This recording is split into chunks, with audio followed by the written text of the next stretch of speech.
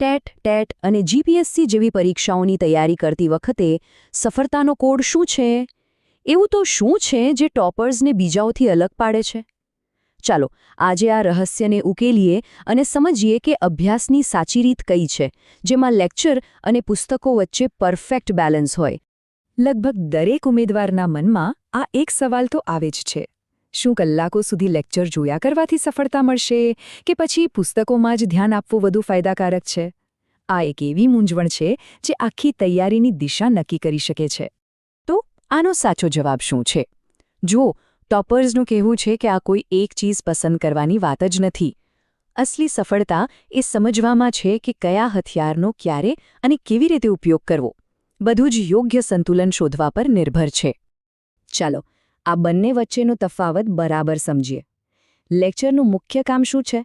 કોઈ નવો કે અઘરો વિષય જેમ કે ગણિત હોય કે વિજ્ઞાન, એને પહેલીવાર સમજવા માટે લેક્ચર બેસ્ટ છે. શિક્ષક ઉદાહરણો આપીને કોન્સેપ્ટને એકદમ સહેલો બનાવી દે છે. બીજી બાજુ પુસ્તકોનું કામ છે ઊંડાણપૂર્વક અભ્યાસ, રિવિઝન અને એકદમ ચોક્કસ તથ્ય યાદ રાખવાનું. કારણ કે યાદ રાખો, પરીક્ષામાં સવાલો તો પુસ્તકની ભાષામાંથી જ બનવાના છે. તો પછી આ બંનેનો એકસાથે બેસ્ટ ઉપયોગ કેવી રીતે કરવો? મોટાભાગના સફળ ઉમેદવારો એક જબરદસ્ત 3 પગલાંની સ્ટ્રેટેજી ફોલો કરે છે. ચાલો જોઈએ કે આ જાદુઈ પદ્ધતિ શું છે. આ પ્રોસેસ જેટલી સિમ્પલ દેખાય છે એટલી જ પાવરફુલ છે. જુઓ, પહેલું સ્ટેપ એટલે કે લેક્ચર તમને વિષયનો પાયો બનાવી આપે છે. બીજું સ્ટેપ એટલે કે પુસ્તક વાંચન, એ પાયા પર જ્ઞાનની ઇમારત ચણે છે. અને ત્રીજું સ્ટેપ એટલે કે એમસીક્યુ પ્રેક્ટિસ, એ પાક્કું કરે છે કે તમે એ જ્ઞાનનો પરીક્ષામાં બરાબર ઉપયોગ કરી શકો. દરેક સ્ટેપ એના આગલા સ્ટેપ પર બનેલું છે.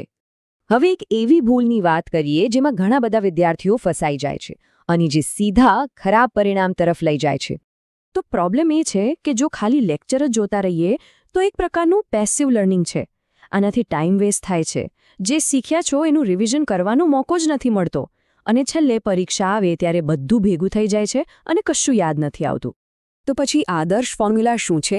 અહીં જુઓ, તમારા અભ્યાસના સમયનો લગભગ 30% ભાગ કોન્સેપ્ટ સમજવા માટે લેક્ચરમાં આપો. 50% જેટલો સૌથી મોટો ભાગ પુસ્તકોને આપો, ઊંડાણપૂર્વક વાંચવા અને નોટ્સ બનાવવા માટે. અને બાકીનો 20% સમય એમસીક્યુ પ્રેક્ટિસ માટે ફાળવો. આ ફોર્મ્યુલાથી સમયનો એકદમ અસરકારક ઉપયોગ થશે.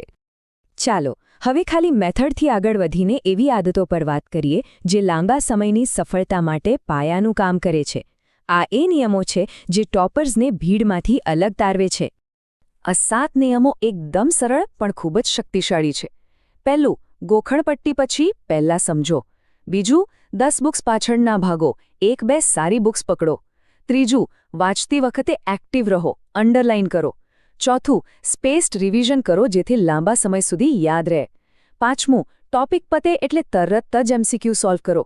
છઠ્ઠું, શોર્ટ નોટ્સ બનાવો. અને સાતમું, સૌથી અગત્યનું, રોજ વાંચો, ભલે થોડું વાંચો.